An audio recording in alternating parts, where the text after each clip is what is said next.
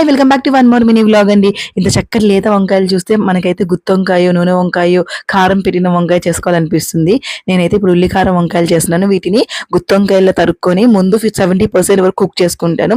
Next అయితే mixie జార్‌లో ఒక 3 ఉల్లిపాయలను తీసుకొని అందులో ఉప్పు ఇంకా కారం వేసుకొని చక్కగా వీటిని కచ్చాపచ్చా గ్రైండ్ చేసుకుంటా.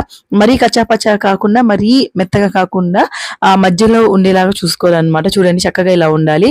నెక్స్ట్ అయితే ఒక 70% దాకా కుక్ అయిన వంకాయల్ని తీసుకొని వేరే బౌల్లోకి తీసుకొని వీటిలో ఉల్లి కారాన్ని కూరుకుంటానన్నమాట.